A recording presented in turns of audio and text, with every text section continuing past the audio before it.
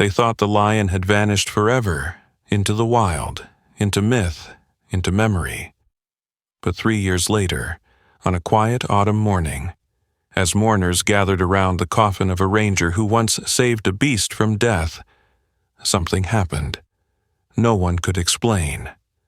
From the edge of the forest, he returned, not alone, not roaring, but with a family and a purpose, and when he pressed his head against the pine wood, it wasn't just a farewell, it was a miracle, a whisper from God that even in the wilderness, love remembers.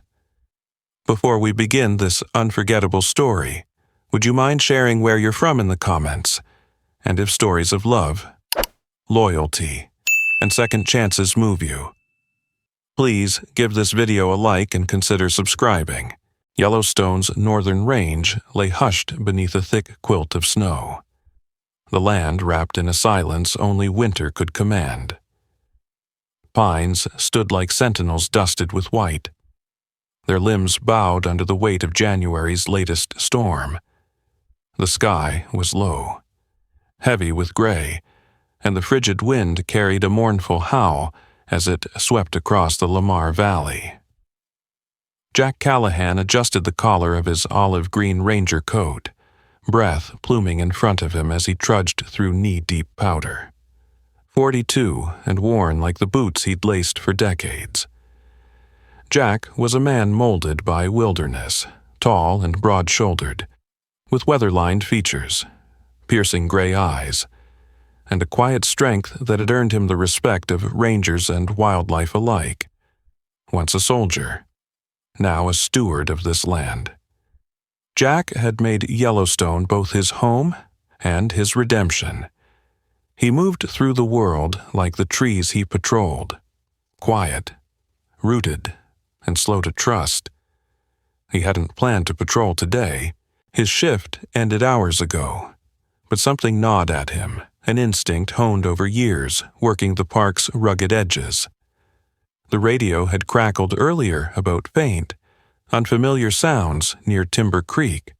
That wasn't unusual, but something about the tone, that hint of tension in the volunteer's voice, had pulled Jack back into the snow as he stepped off the ridge toward the creek bed.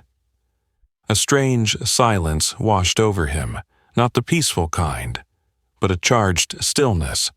No ravens, no fox tracks, not even the call of a distant elk, just the whisper of wind, and then he saw it.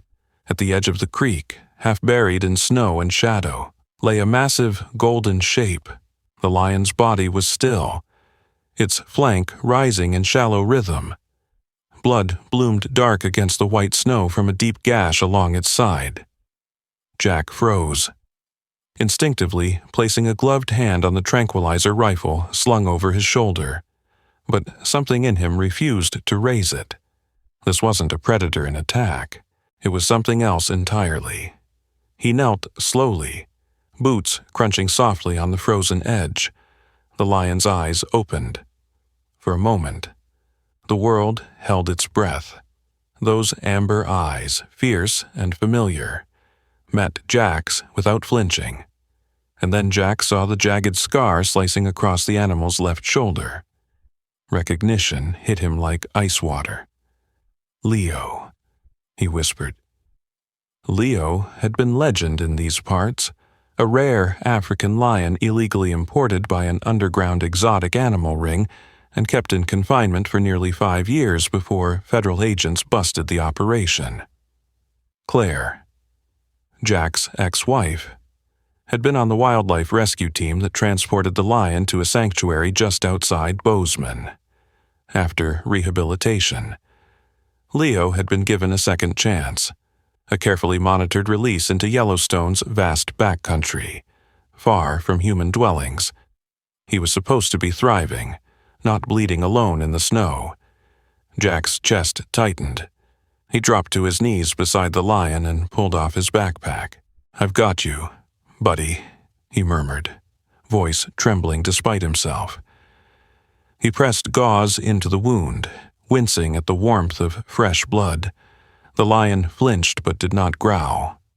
Instead, He let out a deep, rasping breath that stirred the snow between them.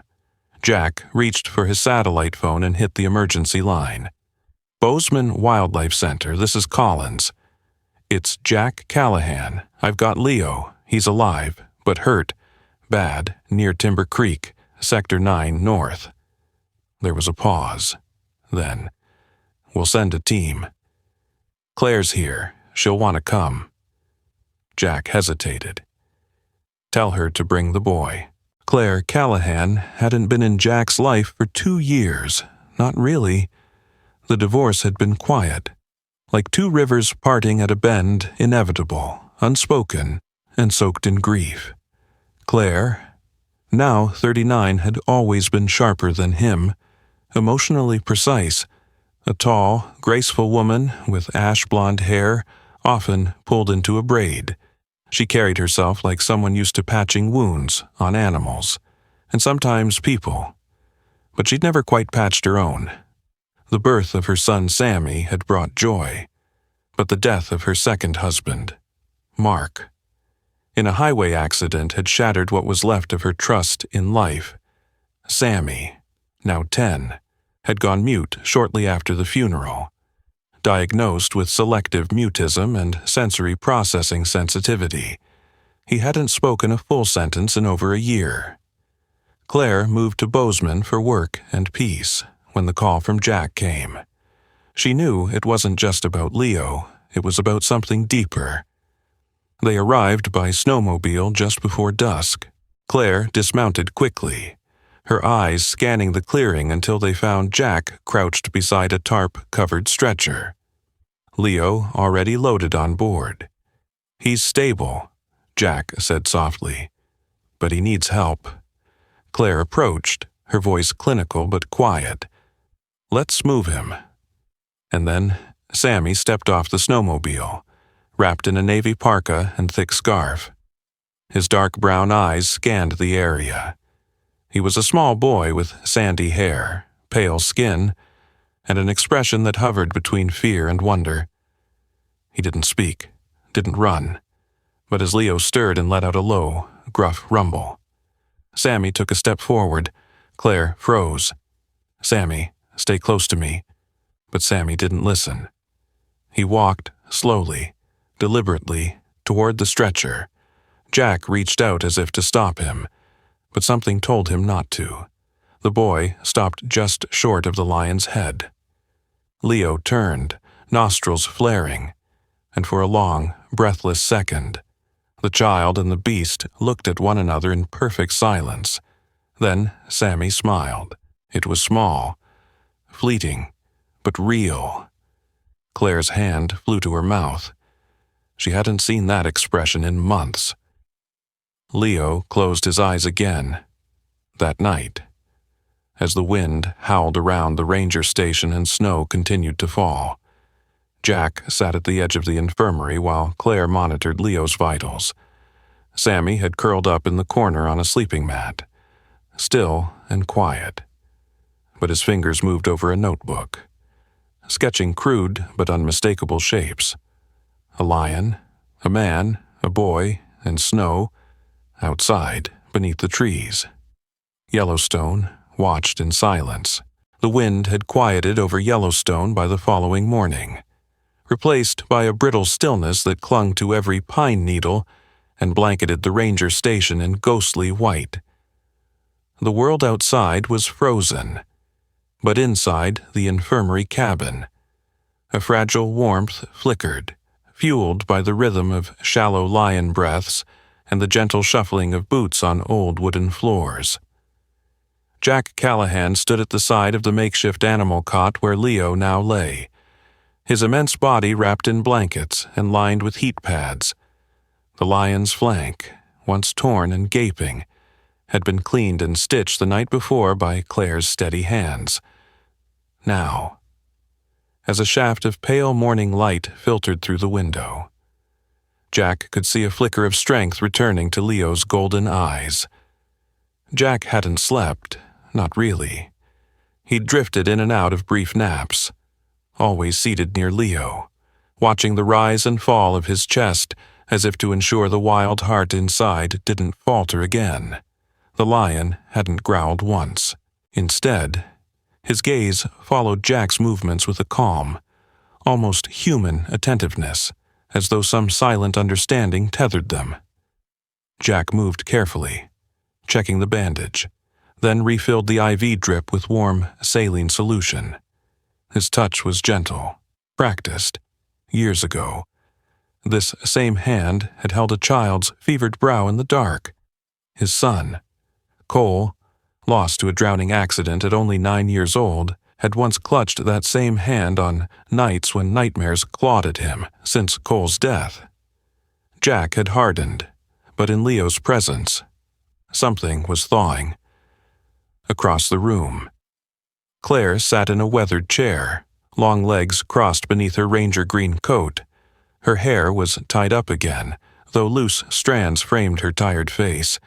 She hadn't spoken much since the night before, but her eyes moved constantly between Leo and Sammy, her son, who sat on the floor with a sketch pad in his lap. Sammy had been drawing for nearly an hour, head down, fingers smudged with pencil lead. A small lamp lit the paper. The boy's silence had always been painful, a void too wide to cross, even for a mother as intuitive as Claire since Mark's death. Sammy had withdrawn into a cocoon no one could breach.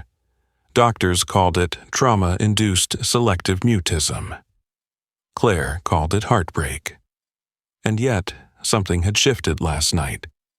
A low rumble had come from Leo's chest, not a threat, but a sound more ancient, primal, like the whisper of thunder over dry plains. Sammy had walked forward, drawn by it, his eyes wide, and then a sound escaped his lips, soft and broken, but unmistakable. Roar. Claire had turned sharply, thinking she imagined it, but Jack had heard it too. Now. The boy sat inches from Leo's cot, his pencil scratching slowly across paper. Claire watched, heart clenched, unsure whether to intervene or let the silence be broken by something older than language itself. Jack crouched beside Sammy. "What are you drawing?" Bud Sammy didn't respond with words, but tilted the pad to show him a lion's head, roughly shaped but unmistakable, looked straight from the page. Next to it stood a man in a hat, and between them, a child, small. Reaching out, Jack's throat tightened. That's pretty good for a moment. Sammy's lips trembled, as if a response might form. Then his eyes flicked to Leo. The lion opened one golden eye and let out a soft huff. Claire rose and moved to sit beside them. "He's connecting with him," she whispered, more to herself than anyone. Jack looked at her. "I think they both are." That evening, as the sun sank behind the jagged peaks of Absaroka Range, a visitor arrived at the station.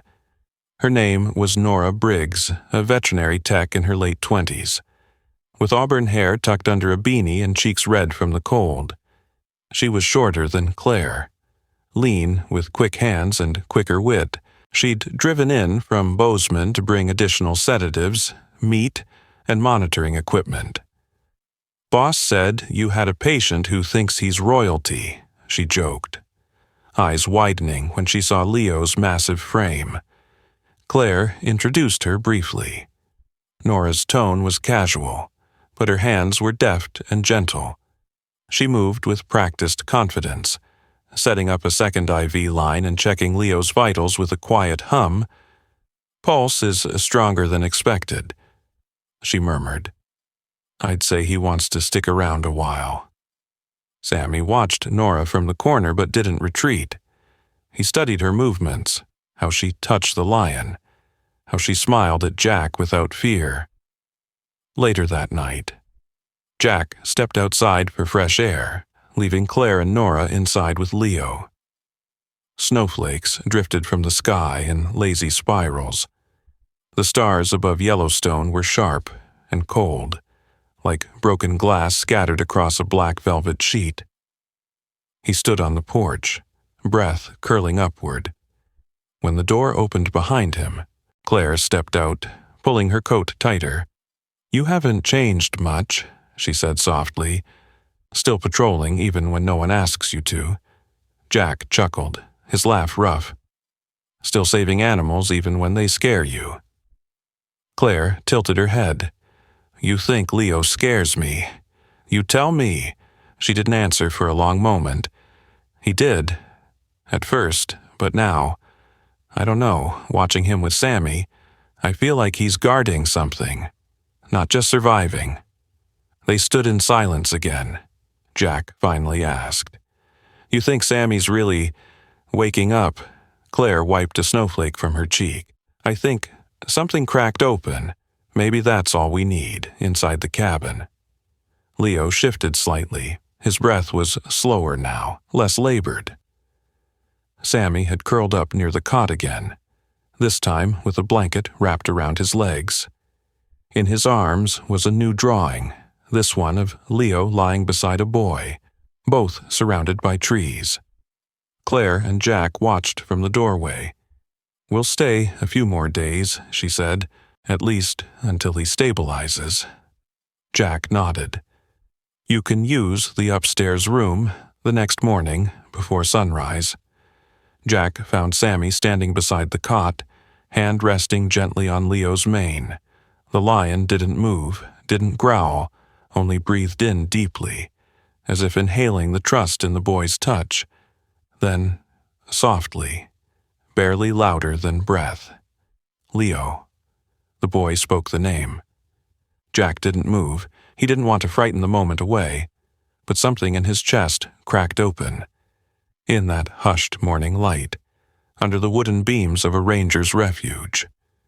The silence finally broke, and a roar was no longer just a sound, it was a bridge. The snow had thinned by the end of the week, revealing patches of frozen earth and broken pine needles across the forest floor. In the mornings, sunlight filtered through the trees like molten gold, touching everything it could reach: the roof of the ranger station, the tire tracks in the ice, the worn leather boots by the door, inside the infirmary. Leo stirred with strength in his limbs, and breath no longer burdened by pain. He had come back from the brink. Jack Callahan stood near the window, arms crossed over his chest, watching Leo stretch out his forelimbs with a low groan.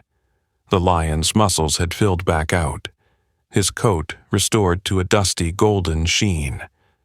There was a gleam in his amber eyes again, not the dull flicker of survival, but the alert shimmer of instinct. He was ready, and Jack knew it. Across the room, Claire flipped through a clipboard of health readings. She looked more rested now, though dark circles still framed her eyes. Her coat hung off the back of a chair, and the sleeves of her flannel shirt were rolled to the elbows. Her movements were efficient, but each one held weight. The decision that hung over them was unspoken, yet steadily approaching. "Vitals are stable," she said without looking up. "Appetite's back, hydration normal if he were a domestic dog. I'd say we could send him home tomorrow." Jack glanced at her. "But he's not a dog. No, he's something ancient." Leo turned his head toward them, ears twitching. Jack stepped closer, crouching down. "You know." "Don't you?" he said softly, as if Leo might respond. "You feel it coming." Leo's tail swished once across the wooden floor, slow and deliberate. Sammy sat nearby, drawing again. He had been more verbal in recent days. Still quiet, but whispering things under his breath. A word here, a sound there. He didn't talk like other kids his age, but the presence of Leo had unlocked something no therapy ever had. His latest drawing showed a forest clearing, and in it, a lion walking away from a boy. Jack looked over his shoulder. "That you?" Sammy nodded, not lifting his eyes. "He's leaving." Claire looked up sharply. Jack swallowed the lump in his throat. "Yeah, he is," later that day. They began preparations for release. The tranquilizer crate had been cleaned and reinforced. Jack called in a transport vehicle from the reserve center in Bozeman, driven by a field ranger named Tom Dwyer, a wiry man in his late 40s with dark crow's feet and a quick wit. Tom had worked for years relocating wolves and injured elk. He spoke in short bursts and moved with constant purpose. "Never hauled a lion before," he said, tightening the latches on the trailer. "But hell, I've hauled bears. Just don't let him wake up mid-drive, and we'll be fine." They planned to return Leo to the same sector where he had first been found. Sector 9, north. Deep in the valley basin surrounded by ridges, it was isolated, quiet, full of game, the perfect place for a lion to disappear back into the wilderness. Sammy helped carry blankets. He didn't speak much that morning. Instead, he stood near the cage as Leo was guided inside, not resisting, not roaring, just watching. Claire knelt beside her son and zipped his jacket. "You okay?" Sammy looked up at her. "Will he come back?" She didn't know how to answer. Maybe, if he needs to, when the truck rumbled through the forest. It moved slow and steady, the sounds of tires crunching over thawing snow filling the silence between them. Claire rode in the front with Tom, while Jack sat in the back beside the crate. Sammy was nestled between them, wrapped in a wool blanket, eyes fixed on Leo's form. The release site was quiet. Pines stretched toward a sky that had just begun to clear, opening to bands of soft blue and white. A herd of mule deer passed distantly through the trees. Leo paced inside the cage, nose twitching as he caught familiar scents. Tom helped set up the gate, then stepped back. "This is your show," he said, eyes on Jack. Jack hesitated. Then he stepped forward and placed his hand on the latch. The moment hung suspended. He looked over his shoulder at Claire, who gave a soft nod. Her eyes were red, tears already threatening. Jack turned to Sammy. "You ready?" Sammy whispered something, so quietly Jack barely caught it. Then, with one breath, Jack unlatched the gate. The metal door creaked open. Leo stepped forward slowly at first, sniffing the air, then padding cautiously into the clearing. His movements were fluid, confident. He paused halfway across the snow-dusted grass, turned back, and locked eyes with Jack. No roar, no sound, just a stare, long, golden, and knowing. Jack swallowed, blinking once. "Go on." He murmured, "You're home." Then, from behind him, came a small voice. "Bye, Leo." Everyone turned. It was Sammy. Claire covered her mouth with both hands. Tears spilled down her cheeks as she knelt beside him. Jack didn't speak. He couldn't. He just placed a hand on the boy's shoulder. Leo blinked slowly, then turned his great head back toward the woods. With a flick of his tail and a final glance at the humans he'd once trusted with his life, he walked into the trees. His figure blended into the shadows, until he was gone, swallowed by the wilderness. Jack stood there long after Leo disappeared, listening to the rustle of wind in the branches. There was no grief, not like before, only a quiet ache that pulsed with meaning. Leo had survived, Sammy had spoken, Claire had cried, and Jack, for the first time in years, felt something break free inside him, something that wasn't guilt or regret. It was hope. The snow in Yellowstone had softened into patches now, melting beneath the warming breath of early spring. The pine-covered slopes that had once held their silence so tightly were beginning to whisper again. Rivulets of meltwater trickling through rock, songbirds returning with hesitant melodies, and the quiet rustle of life unfolding beneath brittle bark. And still, Jack Callahan walked the same trail every other morning, boots pressing into the damp soil, eyes ever watchful toward the tree line. Sector 9, north, had become something of a pilgrimage. He didn't say that out loud, not to the volunteers or the other rangers at the station, nor to Claire when they bumped into each other at the conservation meetings in Bozeman. But he always found a reason to circle back to the ridge, where the clearing opened wide and the wind smelled faintly of pine, sage, and something deeper, wildness. Maybe, or memory. Leo had been gone for nearly 2 months. Jack had no illusions that the lion would return. Wild animals did not send postcards, but every so often, just before dusk, he would think he caught a familiar scent on the wind, musky, faint, and raw. Or he'd see a line of broken branches leading toward a stream and pause too long, staring at nothing, waiting for movement that never came. Then, one morning in late March, he saw them, footprints, massive, unmistakable, sunken deep in the snow-crusted mud near Timber Creek. Jack crouched over them, fingertips brushing the indentations with reverence. The pad marks were clear, claws sheathed. No bear, no wolf, no domestic dog. This was Leo or another lion. But Jack didn't believe in coincidences when it came to this one. He rose slowly, eyes sweeping the ridgeline. The sky was overcast again, clouds brushing the peaks like soft fingers. A raven circled overhead, and in the air was something familiar, not just scent, but presence. He didn't see Leo that day, but the prince trailed toward the woods, and that was enough to make Jack return the next day. And the next, meanwhile, in Bozeman. Sammy had returned to school. The transition had been slow and full of hesitation. At first, he clung to Claire every morning in the school parking lot, his small hand gripping hers like an anchor. The school counselor, Ms. Eleanor Reeves, had welcomed them both with gentle eyes and a soft voice. Elena was in her early 30s, tall and broad-shouldered, with curly auburn hair and a demeanor shaped by years of working with sensitive children. She wore long skirts and mismatched scarves and believed every child carried their own rhythm. You just had to listen long enough to hear it.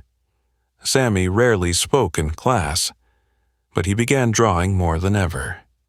His sketchbook became a source of fascination among the other kids. Lions leapt across pages, standing atop mountains, hiding in meadows, gazing into the stars. One drawing showed a lion curled beside a boy asleep under a pine tree. Another had a lion standing at the edge of a cliff, watching over a valley full of deer and snow. Wordless stories told in pencil and shadow. Claire kept her distance during drop-offs, but she began talking with Elena more after school. "He seems calmer," Claire said one afternoon as they sat on the school bench, "like something has been lifted off him." Elena nodded. "He's starting to trust that the world won't take everything from him. Not anymore." Claire smiled faintly, her eyes distant. "We all need a little proof sometimes." That weekend, Claire and Jack met up at the edge of the reserve for coffee in an old thermos and quiet conversation. It had become their routine, a way to bridge the past without reliving it. They sat on a fallen log near the southern edge of Sector 9 wrapped in jackets, the sound of wind passing between them like an old friend. "He's doing better," Claire said, wrapping her fingers around the warm metal. "He even raised his hand in class yesterday, didn't say anything. Just raised it." Jack nodded, lips twitching into the hint of a smile. "That's brave." Claire looked at him. "You're not going to let this go, are you?" Jack followed her gaze toward the trees. "You mean Leo? You've been out here every other day since the release." Jack didn't deny it. "I don't know what I'm hoping for. Maybe just knowing he's okay, that he didn't vanish into the woods and become a ghost." Claire looked away, blinking. He's not the only one who didn't vanish. They sat for a while in silence, broken only by the far-off cry of a hawk. Later that evening, Jack returned alone to the station. He unlocked the back office and flipped through reports, made notes, logged trail maintenance updates. Then he wandered to the photo board on the wall, shots of rescued elk, mountain lion sightings, wildfires from years past. In the corner was a photo Claire had taken. It showed Leo standing at the edge of the clearing the day of his release. The photo had caught him mid-turn, golden eyes meeting the camera. In the background, just barely visible, was the outline of Sammy, staring up at him. Jack touched the corner of the photo, then turned off the light. The next morning, he found fresh prints again, but this time they were not alone. Smaller ones followed alongside, too big to be cubs, too steady to be random wildlife, a second lion, maybe even a third. Jack stared at them, heart pounding. Leo hadn't just survived, he had found others. And somewhere, deep in those woods, something wild and beautiful had begun again. It was a quiet morning in early autumn when Jack Callahan took his final breath. The air was crisp, with a soft mist rising from the forest floor, clinging to the bases of the pines like an old memory. Jack had chosen to spend the weekend alone at Timber Creek, the very place where he had first laid eyes on Leo. He'd brought a single-person tent, a wool blanket, and an old leather journal worn thin with years of notes, sketches, and field reports, some of which were never meant for anyone but himself. He passed peacefully in his sleep, his hand still resting on the corner of the journal. When Claire received the call from Park Services the next morning, she didn't cry at first. She simply stood in the middle of the kitchen, phone pressed to her chest, staring at the floor. Sammy found her like that. Now 16, tall for his age, with sharp cheekbones and his father's quiet stare. His dark blonde hair had grown a bit longer, brushing the collar of his jacket, and his hands were always smudged with charcoal or ink. Art had stayed with him all these years like a second heartbeat. "He died in the forest," she said finally, voice brittle. Where he wanted to be, the funeral was held 5 days later, beneath a golden canopy of aspen trees at the northern edge of Yellowstone. The service was simple, as Jack would have wanted. No chapel, no procession, just people, sunlight, and the soft hum of the natural world. The casket was made of pine, with smooth sides and no polish. Jack's ranger badge sat atop it, next to a photograph of him and Leo, captured by a wildlife drone 2 years ago, showing man and lion walking side by side through a clearing. The mourners stood in a loose semicircle, fellow rangers in uniform, townspeople from nearby Gardiner and Bozeman, and a handful of family and friends. Among them was Nora Briggs, the veterinary tech who had once helped stitch Leo's wounds. Now, in her early 30s, Nora had shorter hair, a faint scar along her left forearm from a wolf rescue last winter, and a pair of wire-rimmed glasses perched low on her nose. She stood quietly beside Claire, head bowed. Beside them stood Sammy, dressed in a black jacket and navy scarf, holding a folded piece of paper. He hadn't spoken publicly in years, not since middle school, but he'd insisted on reading the eulogy. When the time came, he stepped forward with a grace that surprised even Claire. His voice was low, steady, and clear. "My name is Sammy Callahan," he began, eyes moving across the gathered faces. Most of you knew Jack as a ranger, as someone who kept the wild safe, but to me, he was the man who saved a lion. There was a pause. The wind shifted, rustling the golden leaves overhead. He didn't do it for attention. He didn't do it because someone told him to. He did it because he believed that love should reach across species, across fear, and that even the wildest among us deserve a second chance. His hands trembled slightly, but he didn't stop. He saved the lion saved us, and I hope, wherever he is now, he knows that. Claire wiped her cheek with the back of her hand as quiet tears traced down her skin. Sammy returned to her side. She reached down and took his hand, squeezing gently in that moment. They looked more like siblings than mother and son, two people carrying the same silent ache. Then it happened. A stir near the tree line. At first, most assumed it was the wind or a deer breaking branches, but when the heads began to turn, and a hushed ripple passed through the gathering. Silence fell again, this time thicker than before. Emerging from the shadows came Leo. He was larger now, his mane darker and fuller. The golden hue deepened with age. He walked with purpose, his stride even and regal. Behind him came another lion, smaller, with soft amber fur and gentle eyes, and flanking her, two cubs barely more than a year old, their fur still speckled with faint spots from early youth. They moved slowly, but without hesitation. No one screamed, no one ran.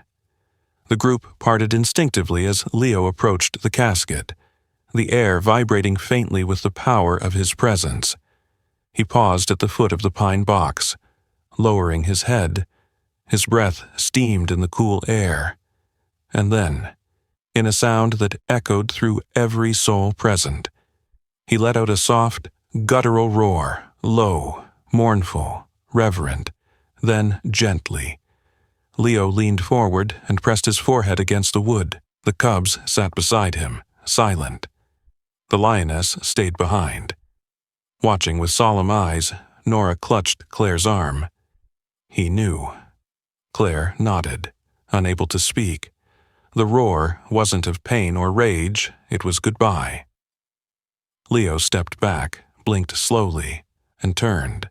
The lioness brushed her shoulder against him, and the four of them began to retreat the way they had come, back into the trees, back into the wild. The grass barely shifted beneath their paws. Claire and Sammy stood frozen, watching the shadows swallow their silhouettes one by one. Only when the last cub vanished did anyone breathe. Not a word was said, there was no need. That moment had spoken in a language older than man, deeper than grief. Later, as people quietly drifted back to their cars, Claire remained. Sammy stayed beside her, his hand still in hers. They looked out at the tree line, where sunlight dappled through the leaves like memory itself. He came. Sammy said, yes. Claire whispered, he came home. They stood for a long time after that, until the air grew colder and the sun dipped below the ridge, then together. They walked back toward the future, carrying the legacy of a man, a lion, and the unbreakable bond that had changed them all. Sometimes. The greatest miracles don't come in thunder or fire, but in silence, in trust, and in the unspoken bond between a man and a creature of the wild. Jack Callahan didn't just save a lion. He gave love where fear once lived. He gave protection where the world saw danger. And in return, that lion came back, not out of instinct, but out of gratitude, in a world that often moves too fast, where we forget to pause and feel the quiet beauty around us. Stories like Jack and Leo's remind us that compassion, faith, and kindness are never wasted. Whether it's a child finding his voice, a broken soul finding purpose, or a lion returning to say goodbye, these are not coincidences. They are glimpses of grace, signs that even in the most untamed corners of this earth, God is still working. Let this story be a reminder. Miracles may not always come wrapped in light from the sky. Sometimes they have four paws, a scar across the shoulder, and eyes that remember the man who believed in them. If this story touched your heart, we invite you to share it with someone who needs hope today. Leave a comment below. Tell us what this story meant to you. And if you believe that love, healing, and second chances are gifts from above, type Amen in the comments. Subscribe to the channel for more stories that show how faith and kindness still live among us. And may God bless each and every one of you who watched till the end.